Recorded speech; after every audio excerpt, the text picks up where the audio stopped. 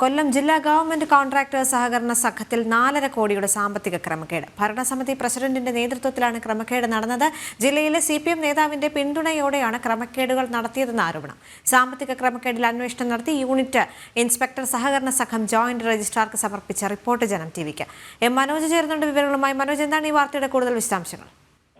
ദേവിക, ജില്ലാ government contractors സഹകരണ സംഘത്തിലാണ് ഇത്തരത്തിലൊരു സാമ്പത്തിക ക്രമക്കേട് കണ്ടെത്തിയിട്ടുള്ളത്. ഇതിൽ ഇപ്പോൾ 4.5 കോടിയിലധികം രൂപയുടെ ക്രമക്കേട് നടന്നതായാണ് കണ്ടെത്തൽ.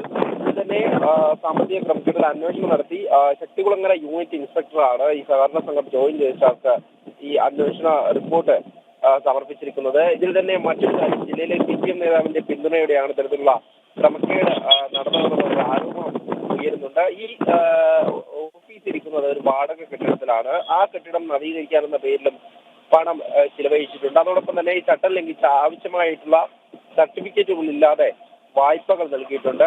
GDSലും ഇത്തരത്തിൽ ക്രമക്കേട് നടത്തിയിട്ടുണ്ട്. എന്തായാലും നിലവിലെ ഭരണസമിതി പ്രസിഡന്റ് ആയിട്ടുള്ള പ്രദീപിന്റെ നേതൃത്വത്തിലാണ് ഇത്തരത്തിൽ ക്രമക്കേടുകൾ നടന്നത് എന്ന് കണ്ടെത്തിയിട്ടുണ്ട്. ഇതുമായി ബന്ധപ്പെട്ടാണ് റിപ്പോർട്ട് സമർപ്പിച്ചിട്ടുള്ളത്. എന്തായാലും അന്വേഷണം ഇതിൽ കൃത്യമായും അന്വേഷണം നടത്തിയതിൽ വ്യക്തമാക്കുന്നത് 4.5 കോടിയാണ് ക്രമക്കേട് നടത്തിയിട്ടുള്ളത് എന്നുള്ള കാര്യം.